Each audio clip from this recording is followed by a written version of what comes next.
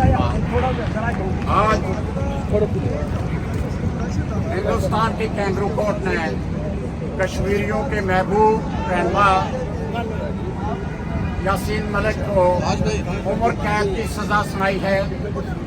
اس کے خلاف چند گھنٹے قبل ہم نے یہ پروگرام بنایا کہ اس کے خلاف ہم احتجاج کریں گے. آج کے حضرات کشمیر سے اپنے اور کشمیری قیادت سے اپنی عقیدت شو کرنے کے لیے تشریف لائے ہیں اور یہاں پہ احتجاج ٹوکن احتجاج ریکارڈ کروا رہے ہیں. اس احتجاج کے بعد ایک میمورینڈم یونائٹیڈ نیشن کے سیکرٹری جنرل کو بھیجیں گے کہ 1947 سے لے کے آج تک ہندوستان کی ریاستی دہشت گردی کا وکٹمائز کیا ہوا تھا کشمیریوں کو. لیکن آج یہ ثابت ہوا کہ آج جوڈیشل ٹیررزم انڈیا کا ایکٹیویٹ ہوا اور ہمارے محبوب رہنما چیئرمین یاسین ملک کو عمر قید کی سزا سنائی. میں کیونکہ ٹائم شارٹ ہے 2 منٹ کا ٹائم جو ہے وہ مقررین کو دوں گا. تو ابھی میں گزارش کرتا ہوں جناب راجہ مختار صاحب کہ وہ آئیں اور ہمیں بتائیں کہ کیا ہندوستان کے اندر کیا ہو رہا ہے, کشمیر کے اندر کیا ہو رہا ہے. جناب راجہ مختار صاحب کتھا کیا ہے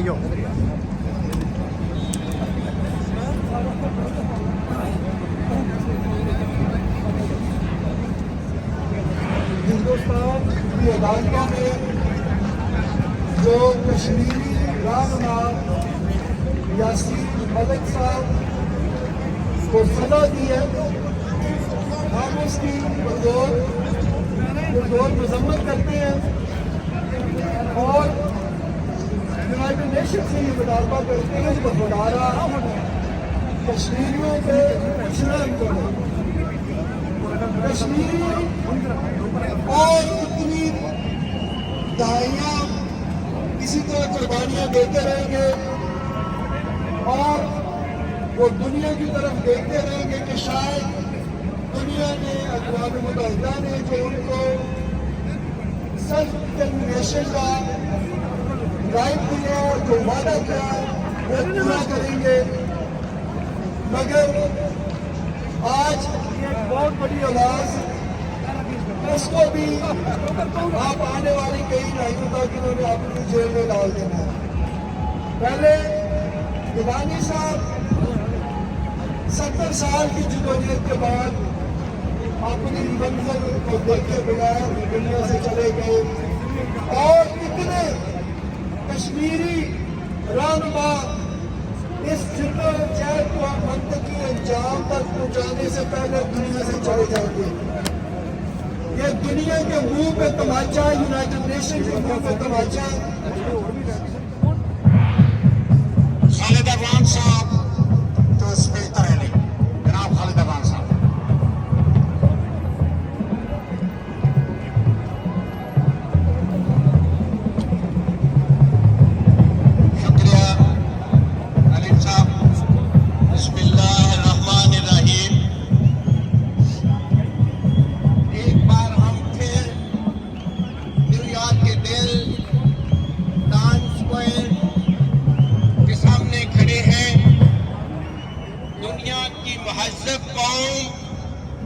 کو جگانے کی کوشش کر رہے ہیں اور انسانی حقوق کی تنظیمیں جو خود کو انسانی حقوق کا علمدار سمجھتی ہیں ان کے ضمیر کو جھنجھوڑنے کی کوشش کر رہے ہیں کہ فاشسٹ مودی انڈین کی فاشسٹ عدالتوں نے ایک دفعہ پھر انصاف کا قتل کر دیا ہے. جناب یاسین ملک جو کہ آزادی کی جدوجہد کر رہے تھے, ان کا جرم یہ ہے کہ وہ پسے ہوئے کشمیریوں کی آواز ہے. نحمدہ نصلی علی رسول الکریم اما بعد فاعوذ باللہ من الشیطان الرجیم بسم اللہ الرحمن الرحیم. سب سے پہلے آج ٹائم اسکوائر کے اوپر اتنے ہمارے دوست بھائی یہاں پہ تشریف لائے, میں ان کا شکریہ ادا کرتا ہوں. اور آج کے دن سے ہمارا یہی ڈیمانڈ ہے کہ یاسین ملک صاحب کو جو سزا سنائی گئی ہے اس سے ان کو عمر قید سزا سنا دی گئی ہے. یہ کیسی جمہوریت ہے, یہ کیسا بڑا جمہوری ملک ہے جس کے منہ کے اوپر کالے کا یہ دبا ہے. انہوں نے 73 سال سے کشمیریوں کو دبا کے رکھا ہوا ہے. ان کے لیڈران کو عمر قید سزائیں سنائی جا رہی ہیں اور یہ international community, United nation, U S اور جتنے بڑے بڑے چیمپئن یہاں پہ ہیومن رائٹس کی بات کرتے ہیں, ہیومن رائٹس کی وائلیشن کی بات کرتے ہیں, وہ کہاں پہ سو رہے ہیں؟ کشمیریوں کو مودی نے کاجل مولی کی طرح کاٹ کے رکھا ہے. پچھلے 74 سال سے آئے روز کوئی ایسا کر نہیں ہے جہاں سے کشمیر کا ہمارا بھائی جو شہید نہ ہوا ہو. ہم آج کے دن یہ عہد کرتے ہیں کہ کشمیر کا بچہ جب تک کشمیریوں کو ان کا حق نہیں دیا جائے گا اس وقت تک ہم سر پہ کفن باندھ چکے ہیں. اگر یاسین ملک کو تم نے سزائے موت عمر قید سزا دے دی ہے, تم نے یاسین ملک کو یہ سزا دے کے ہر گھر میں ایک یاسین ملک پیدا کر دیا ہے. اور ہم یہ ڈیمانڈ کرتے ہیں جناب اقتدار اعلیٰ, اگر انڈیا والے کلبھوشن کا کیس انٹرنیشنل عدالت میں لڑ سکتے ہیں تو کیا ہم کشمیری قیادت کو ساتھ لے کے انٹرنیشنل عدالت میں ان کے خلاف یاسین ملک کا کیا کیس کیوں نہیں لڑ رہے؟ میں اسے اتفاق کر رہا ہوں. وما علینا الا البلاغ. قاضی اثر تیرے عدل کے دربار پہ خاک, جس میں سچائی کو مسلوب کیا جاتا ہے شہر انصاف تیرے کوچہ بازار پہ خاک. گزشتہ 74 سالوں سے کشمیری یہ انتظار کر رہے تھے کہ یونائٹڈ نیشن اپنے کیے گئے وعدہ پورا کرے گا, لیکن ایسا نہیں ہوا. ہم آج بھی انتظار کر رہے ہیں. ہمارے ساتھ جو وعدہ کیا گیا تھا اسے پورا نہیں کیا گیا. ہم مطالبہ کرتے ہیں, ہم کوئی بھیک نہیں مانگ رہے, ہم اپنا وہ بنیادی حق مانگ رہے ہیں جس کا ہم سے وعدہ کیا گیا تھا. مسٹر مودی, ہمارا یہ پیغام سن لے کہ جاؤ تاریخ کے اوراق الٹ پلٹ کے دیکھ لو, تمہیں ہر جگہ اور ہر مقام میں حق اور سچ کی فتح نظر آئے گی. کشمیر ہمارا حق اور سچ ہے, فتح ہماری ہوگی, فتح ہماری ہوگی. السلام علیکم.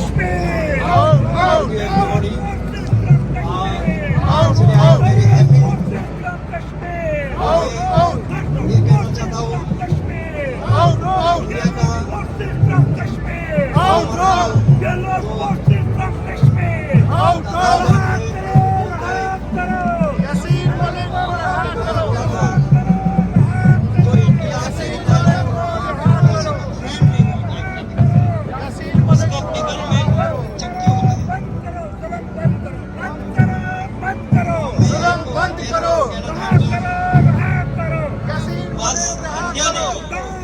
جدھر میں ہم لوگ مسلمان ہیں, ہم ایک ساتھ میں کھڑا ہوئے. یہ سلسلہ ہے فری کشمیر, اس کا تو free Kashmir, free Kashmir, free Kashmir, free Kashmir. جو بھی آئے گا دیکھا ہمارے دماغ میں چیزیں ہیں مسلمان لوگ کیسے. اما بعد فاعوذ باللہ من الشیطان الرجیم, بسم اللہ الرحمن الرحیم. تندی باد محالف سے نہ گھبرا یا یاسین ملک, تندی باد محالف سے بقول اقبال اے نہ گھبرا ہے یاسین ملک, یہ تو چلتی ہیں تجھے اونچا اڑانے کے لیے. میں کہاں سے شروع کروں, وقت کم ہے. میں سلام پیش کرتا ہوں قائد حریت مقبول بخش شہید افضل گرو اور ایک لمبی سید علی شاہ گیلانی کو شہید کیا گیا. اشرف شہرائی شہید ہوئے,